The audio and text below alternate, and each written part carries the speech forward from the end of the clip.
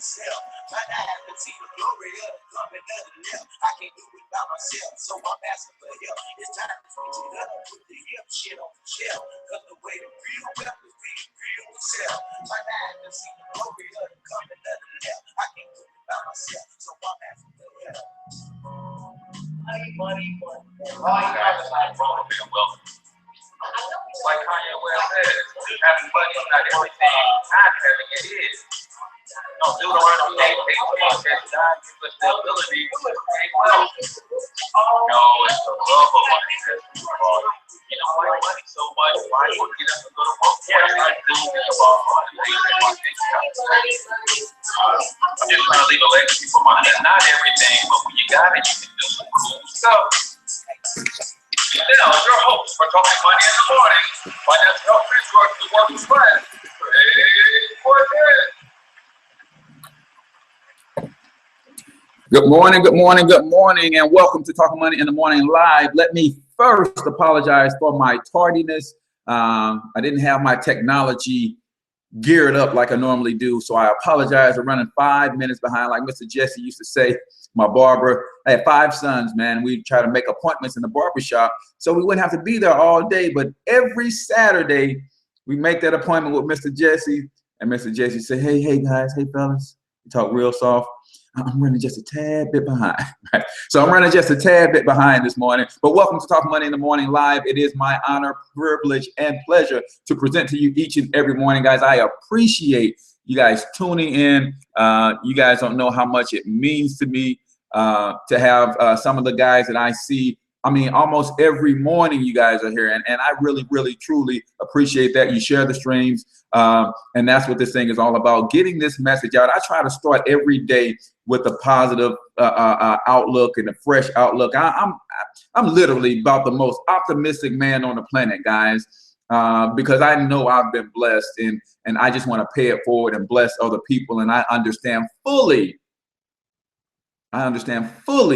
the laws of sowing and reaping. So I like to scatter seeds every morning, put something positive into your heads. And I know that in time, because there's seed, then there's time, and then there's harvest, that I will continue to reap a harvest. How do I know that? Because I'm reaping a harvest from the seeds that I've sown all last year. And that's why I was able to walk away from my job, because of the harvest that I received from the seeds that I've sown all last year, guys. So seed, time, and harvest. But that ain't what we're talking about today. We're talking about leverage, man, and the power of leverage, and the fact that everybody is being leveraged, but are you using leverage to your benefit? Someone is leveraging you, your gifts, your talents, your abilities, but have you figured out how to use leverage yourself? We're going to talk about that. But before we do, I have to let you know exactly who this show is for. This show is for my risers and grinders this morning. If you are about that life, you get up every morning because you know it's the grind. If you know, like the African proverb that says every morning a gazelle has to get up, and it knows that it doesn't have to be the fastest gazelle, but it just has to be faster than the slowest gazelle. And that same morning, a lion gets up, and he knows that he doesn't have to be the fastest lion. He just has to be faster than the slowest gazelle, or else he ain't gonna be able to eat. So if that's you, this show is for you, man. If you got the desire to be wealthy, you got the will, you've got the want to, you got the hunger, but maybe you need a game plan, some strategies, some tips, some tools. Guess what? This show is for you, because that's what I want to bring to you guys each and every morning.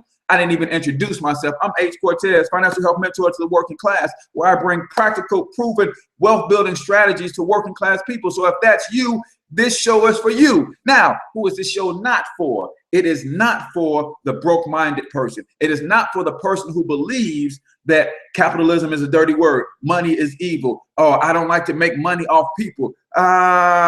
Fool you with all that. This show is not for you. This show is not for you if you're waiting on the government to fix the economy instead of focusing on your economy. This show is not for you.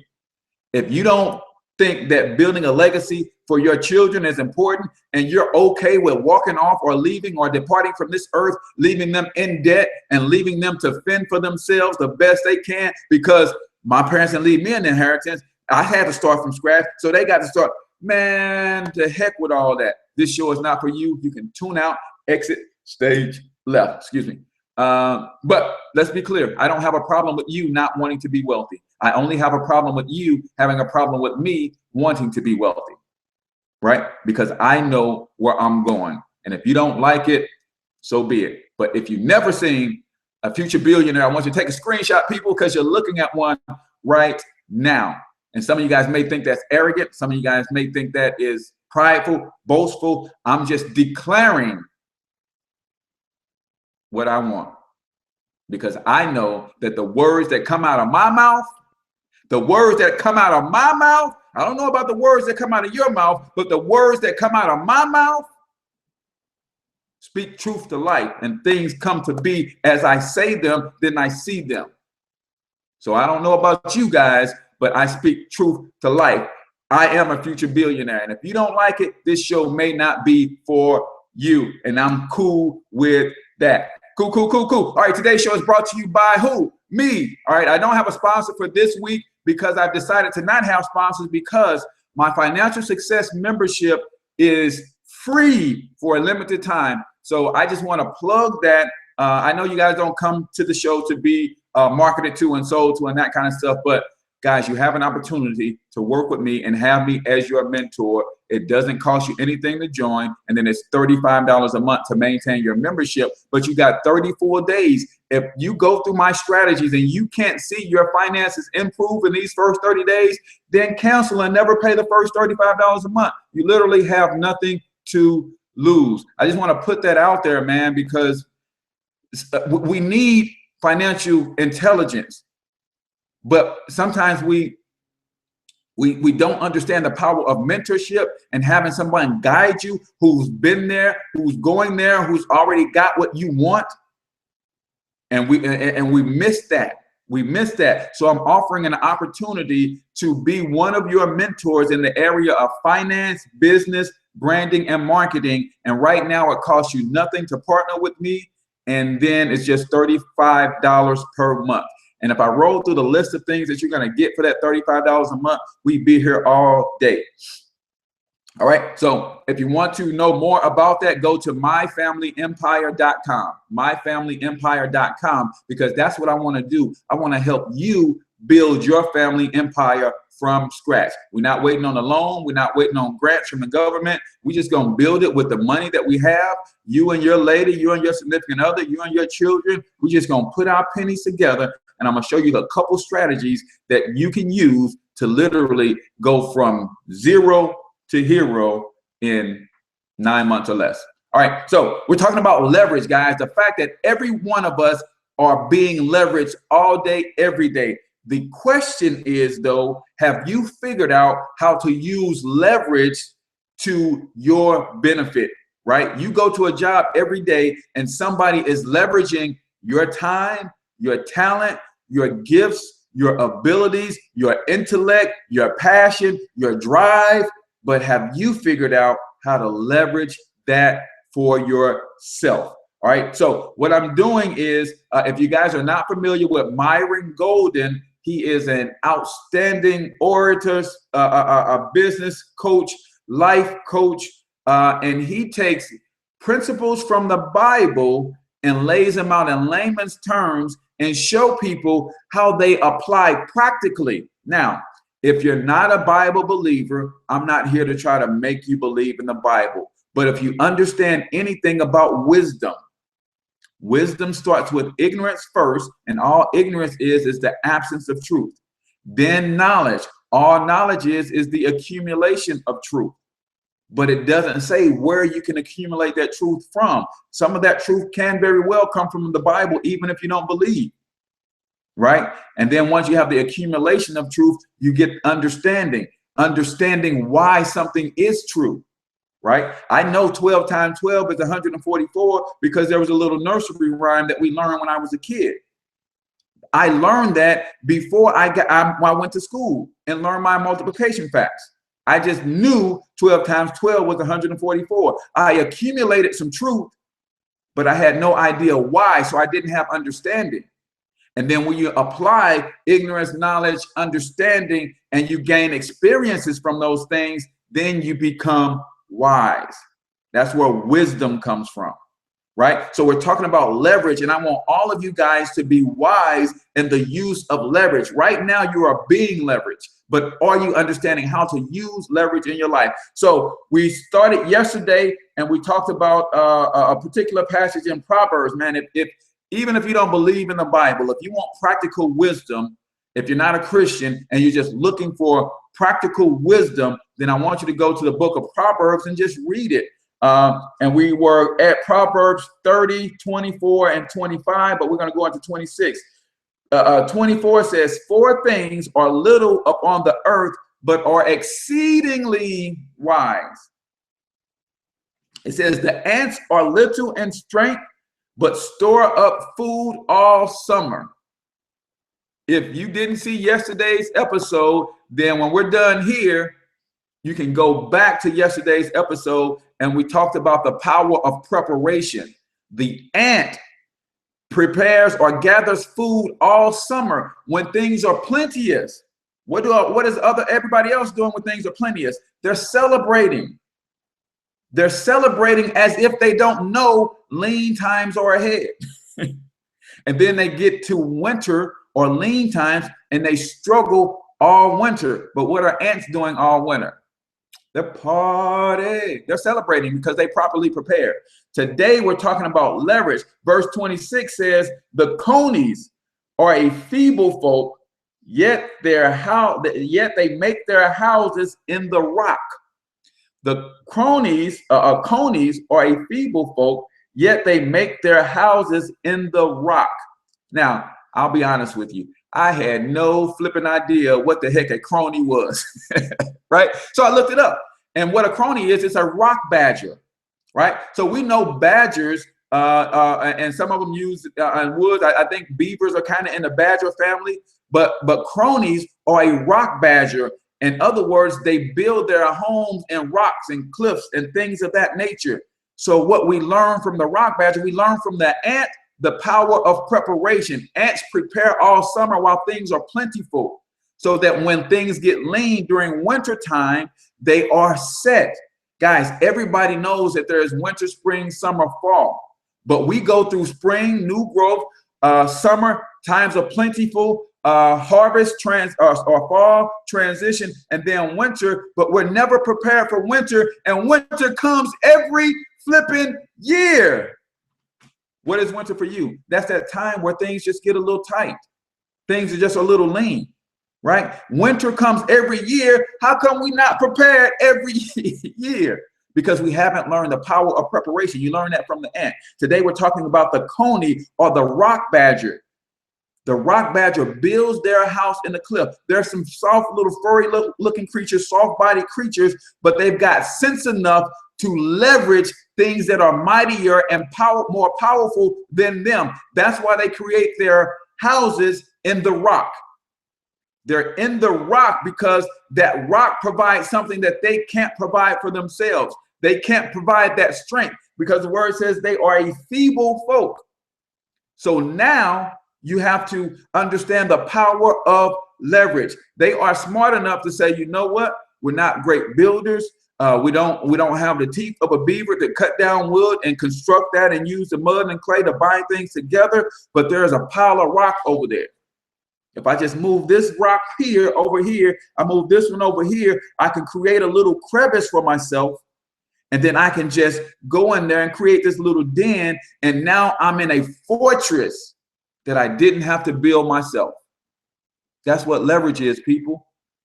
A crony lives in a fortress that it didn't have to build itself. So where it's weak, it found strength in something else. Guys, are you finding strength in something else where you are weak? That's called leverage, right? We are leveraged all the time. Why do you think some of these companies can grow astronomical in size? Because they are leveraging the gifts, talents, and special abilities of thousands of people. The best and the brightest minds. Look at what Google is doing. Google is leveraging the best and brightest minds on the planet. That's why it's the leader in innovation and technology.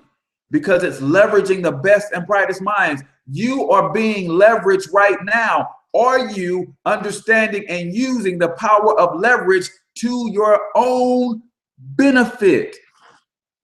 To your own benefit. Let's talk about some of the things that we want to understand about leverage. I said in the on the YouTube stream, don't reinvent the wheel, guys. What the Coney understands is that this pile of rock is already strong. So why do I go out and try to build something that's stronger than something that already exists, that is already strong? I can just plug in over here. This is already strong. Saves me time, energy, and money. It's already strong. I just go plug in, create my living space right here within something that's already strong. We are in the constantly trying to reinvent the wheel. And sometimes it's just a matter of recognizing something that's already in existence and figuring out how to plug into it to use it to our benefit, to leverage it to our benefit. Now we save time in having to build or create that thing ourselves. We save time in going through the trial and the error to get it right when somebody else has already gotten it right. Are you able or understanding the power of using leverage? Leveraging the time of yourself and other people, leveraging the intelligence, the intellect of yourself and other people or other things, leveraging business systems, right? We talked about the 4 things that wealthy people have in their lives at all times. One of those things is leveraged income. They understand leveraged income. They generate income from the efforts of other people or other things. Do you have or understand the power of leverage to generate income from other people and other things? And I hate to hear people say, I don't like to make money off people, because my financial success membership allows you to refer other people, and because you bless them with a platform that's going to help them build wealth, we're going to pay you a commission for doing that. And people say, I don't like to make money off other people, but they get up and go to work every damn day. You don't like to make money off other people, but you like it that your company is making money off you and making money off other people. How silly do you sound? How silly do you sound talking about you don't like to make money off other people? And you go to a job every day where that's how that job makes its fortune, by making money off other people. So you have to understand the power of leverage, right? Now, let's be clear. We're talking about the power of leverage. I'm not talking about the power of manipulation or the power of getting over on people. I'm not talking about getting people to move and not giving them something equal or greater than to the value that what they're giving to you. So I'm not talking about that. I'm not talking about getting over. I'm talking about leveraging your talents where we enter into a relationship that's mutually beneficial. And notice I use the word mutually beneficial and not equally beneficial, because really there's no such thing as equally beneficial.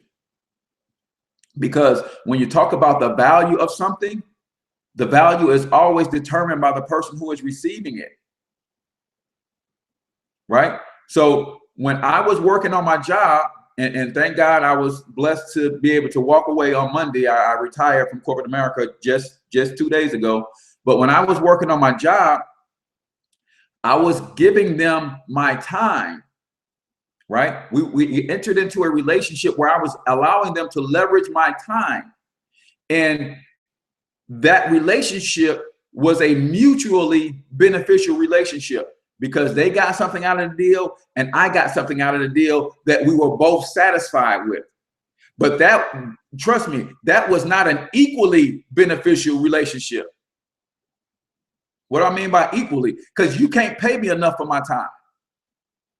It was mutual. We both agreed, but I was getting paid way less than what my time is worth. My time doesn't have a value on it. So that my time is not, that was not equally beneficial, but it was mutually beneficial. That means we both came to terms and we both agreed. They said, here's your salary. And I said, I agree. They said, here's my expectations that you're going to do to get those salaries. And they said, you agree. I agree. We both agree. So it's mutually beneficial, but it's not equally beneficial. because my time is priceless. So you can't pay me enough for my time. But I agreed to a mutually beneficial relationship. So when we're talking about leverage and we're talking about you entering into relationships with people where you're going to leverage their time, their talents, their skills, their products, their services, then the relationship has to be mutually beneficial, not necessarily equally beneficial.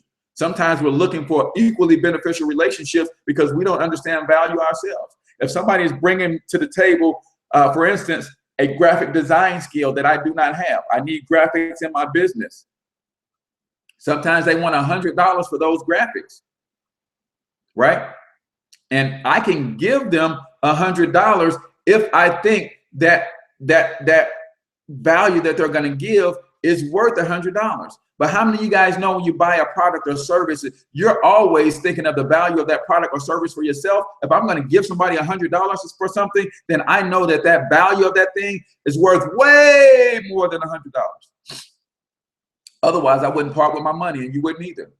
So you have to understand leverage and the power of leverage and how to use leverage in your life. So I got the definition of leverage, and one definition says, the mechanical use of a lever to gain an advantage or something like that.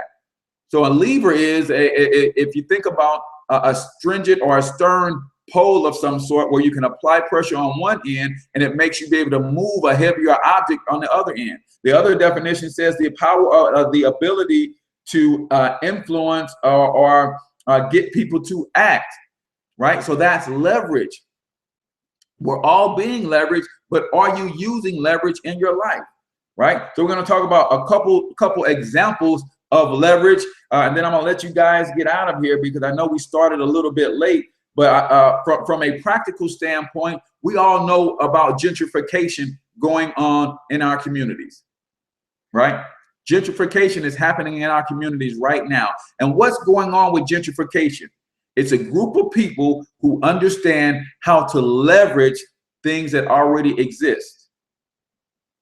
So what's happening with gentrification is, and they're coming to our neighborhoods for a reason. See, there was a time where they concentrated all minorities and poverty-stricken people into a single area, and those areas became known as a ghetto, right? So what happened is when other cultures began to move up in life, they began to outlive or outgrow the ghetto. So they moved out of the ghetto, right? But what happened is when they moved out of the ghetto, in most cases in countries all over the world, especially here, the ghettos were in the inner city. Well, guess what? Those inner cities were founded, and that's where all of the infrastructure in each state is placed in the major inner cities. So those cultures moved away, but they left all of that infrastructure there. And now they realize the error in their ways. So what's happening is now they realize that while they moved out to the suburbs, had houses built from the ground up and things of that nature, a couple things that they realized is that a brick today ain't the same as a brick from 100 years ago. A brick today is not the same as a brick from 100 years ago. So they're leveraging their knowledge and understanding of how well architecture was put in place 100 years ago. So they're going back into those communities and refurbishing some of those houses that were built with bricks from 100 years ago that were made to last 1,000,000 years. Bricks from today are made to last for 100 years because they're using cheaper material to make them faster instead of making them stronger. So what they're doing is they're doing like the rock badger. They're saying, why go out in the suburbs and build something from scratch when I can leverage something that already exists?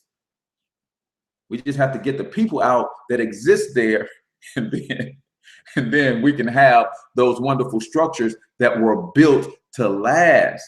It's called leverage. Gentrification is about leveraging the existing platforms, right? That's what's happening. Leveraging the existing infrastructure. They can fly out to the suburbs and they have to build a whole new infrastructure. I'm saying, damn, you got an infrastructure that already exists right here. Why not just leverage that?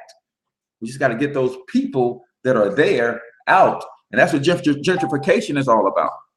So we have to start understanding that, wait a minute. This is more valuable than creating something new. So why don't we refurbish our own communities and take that thing to another level? And we own the infrastructure. We leverage the infrastructure that already exists, right? But we don't do that because we like monkey see, monkey do. All right. Other cultures are flying out to the suburbs, building houses from the ground up. So we're going to rent out to the suburbs, build houses from the ground up. And we're not building houses the same way that they were built 100 years ago. So you can take that same $200,000 that you're going to build, or $300,000, you can have a house built from the ground up, put it into one of those existing houses. Now you got $1 million fortress because of the way it was built 100 years ago. So you got to understand how to use leverage. And I just wanted to throw that up because, hell, we just need to learn what gentrification is doing and how we can take part in gentrifying our own damn neighborhoods. All right. And the other thing that we're going to talk about is we're going to talk about leveraging credit. That's leveraging other people's money. We're talking about leveraging other people's marketing, leveraging other people's manufacturing. Guys, if you don't understand leverage, first you got to come to terms with it's okay to make money off other people. It's okay to make money off other people's. On one side of your brain, you're okay with it because you're going to a job every day and letting people make money off you.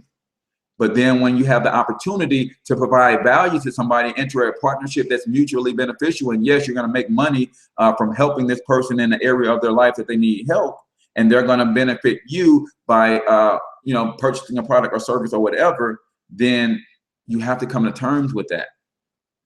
All right, you have to come to terms with that. We talked about 8 steps to a turnaround, and one of those steps is you have to learn how to sell something, right? You have to learn how to generate an extra income, right? So we're talking about leverage. Let's talk about leveraging other people's money for a second. If you understand anything about credit and how the money game is played, and you've studied wealthy people, which you should if you say you want to be wealthy, you should be studying wealthy people, right? How do you get to be wealthy if you don't study and learn what the people who are wealthy do or did to gain the wealth, right? Wealthy people are experts at using other people's money. And what do they do with other people's money? They don't buy junk. They don't buy trash. They buy income producing assets. So all of you guys, if you haven't already, you're probably in the process or looking into buying a home. When you buy a home, you leverage the bank's money to get you into the home, and then you pay the bank back over time. I just want to throw this out there because I'm always about you guys building wealth. If you're going to go into a debt for $100,000, $200,000, $300, $400,000, whatever, if you're going to put your name on the line and be tied to a credit situation where you're going to owe somebody a few $100,000, does it make practical sense? Does it make practical sense to go into that debt for a home or a property that only you can live in, when you have the option to leverage the same debt for a 20-unit apartment complex that's going to pay you and pay back the mortgage note? It's a shift in mindset, a shift in the way we think. If you're going to leverage $300,000 worth of credit, does it make sense to leverage that for only yourself to live in a dwelling that only yourself and your family can live in? Or would it make better sense to leverage the same $300,000 of credit to buy a 20-unit apartment complex so that other people will pay the money back? Because guess what?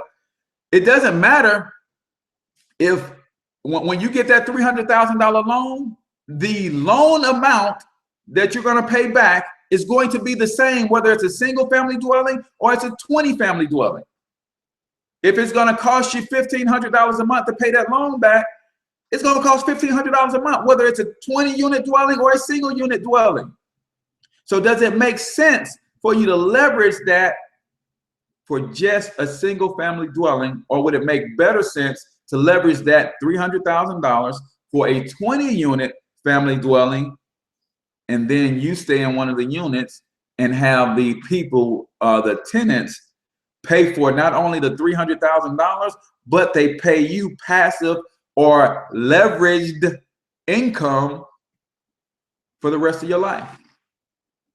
Now you have an income producing asset that you leveraged other people's money to buy and acquire, and you also leverage other people's money to pay back the note. That make more sense? See, the American dream is not American dream for most people. The American dream is American nightmare, and they understand that.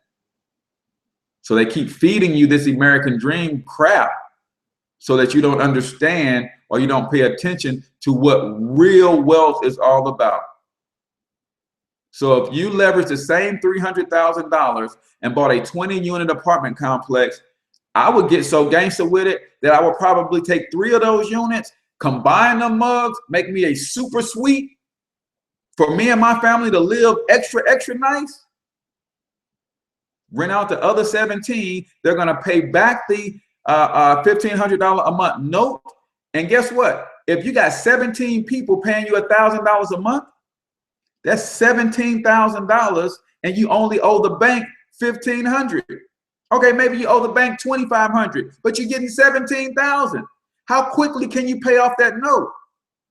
Now you own an asset that's paying you $17,000 a month. You live in this massive 3 combined suites that you combine to yourself, and you had custom made, custom fit for you and your family. Is that a better use of leveraging your credit? We've got to start thinking differently, guys.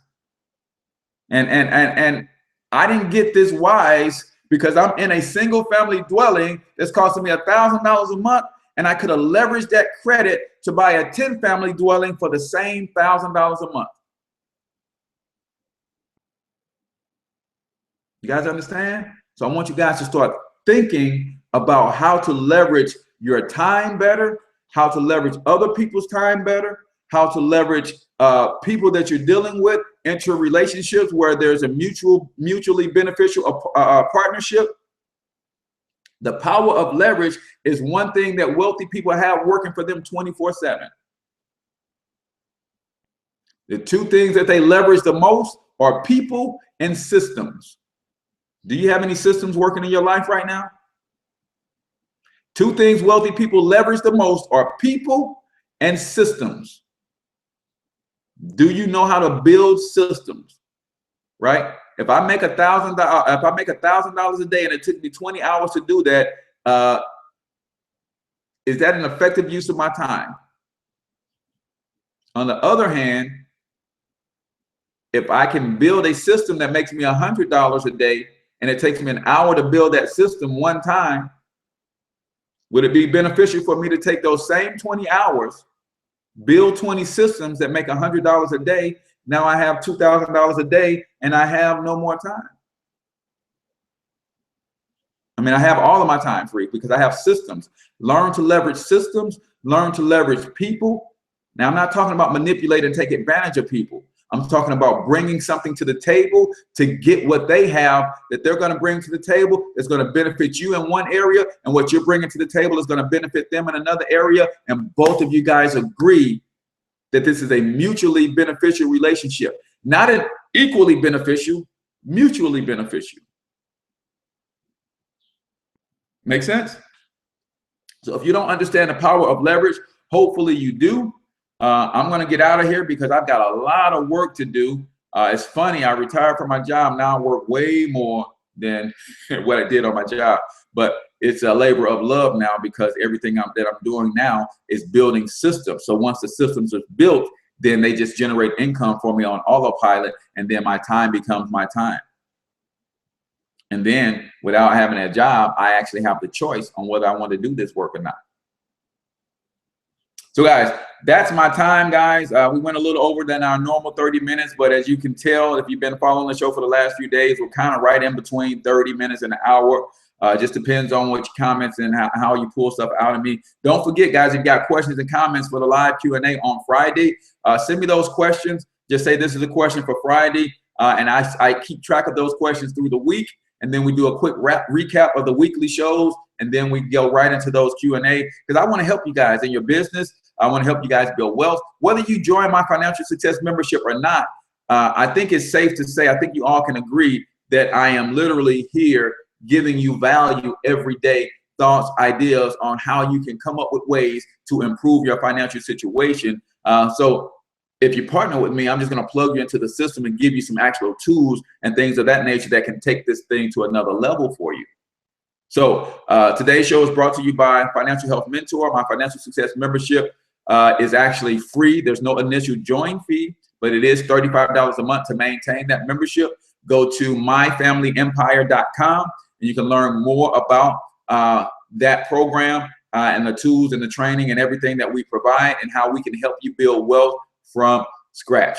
So that's my time, guys. I appreciate you guys tuning in. I love you guys. I hope you got value from today's show. If you did, do me a favor and share it on your wall. Leave a comment. Let me know that you appreciate it, because that makes me feel good and helps me stay encouraged to go even harder every day. So until I talk to you guys next time, I'm your man, H. Cortez, Financial Health Mentor to the working class. Get your money up, because you absolutely can do it. Peace out, people.